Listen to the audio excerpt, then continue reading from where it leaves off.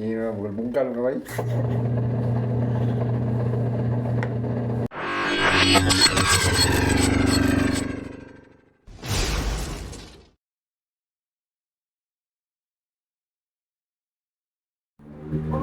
Hello mga boss, magandang araw sa inyo, no?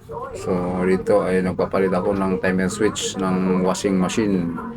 So ito na muna yung ginagawa natin. So alam nyo na, marami tayong uh, natutunan dito sa company mga boss. Kahit na personal na mga gamit ng boss natin ay ginagawa din natin. Minsan mga electric fan, yung mga ganito, washing machine. So ako na ang gumagawa sa kumuha pa sila ng ng mga technician sa labas. Since marunong naman tayo ng konti, tayo na ang gumawa. So yan pala yung bagong naikabit kong timer switch, yung black. Saka yung pinakita kong white kanina, yung puti. Pinakita kong puti kanina, yun yung luma na. So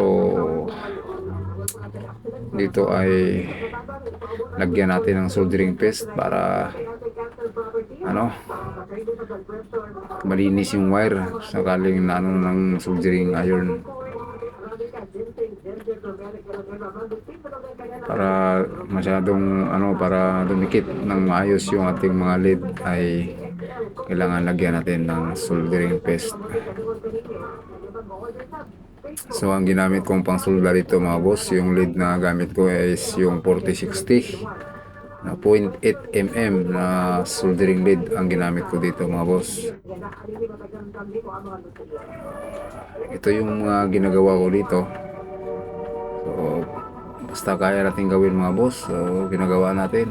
Kapag hindi na kaya ay siyempre ipaubayan na natin sa mas sa mas nakakaalam, no? Pero kapag kaya natin, tayo na mismo ang gumagawa.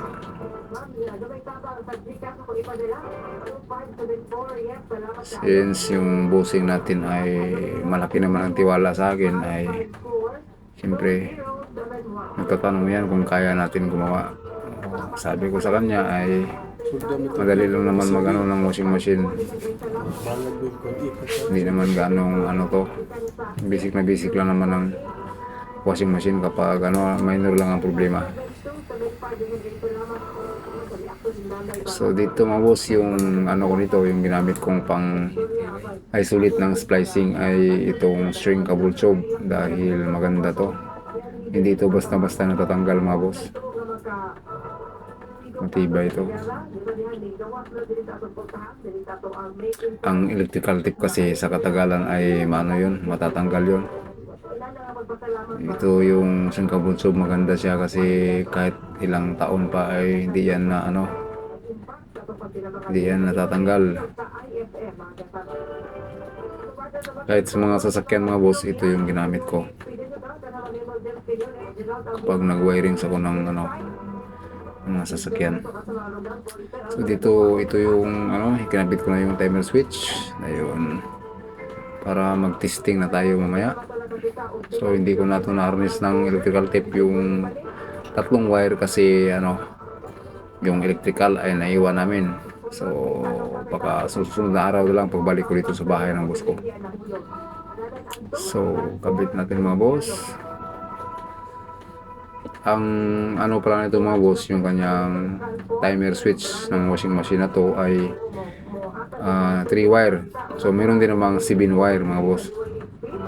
So kailangan kapag 3 wire yung tinanggal, yung 3 wires din yung ikakabit. Madali lang naman magpalit ng mga boss, ng timer switch.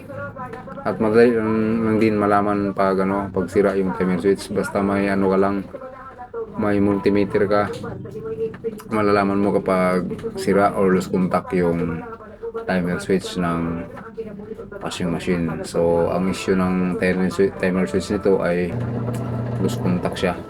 Minsan gumagana, minsan naman hindi. So dito ay tinisting ko na mga boss. So okay naman.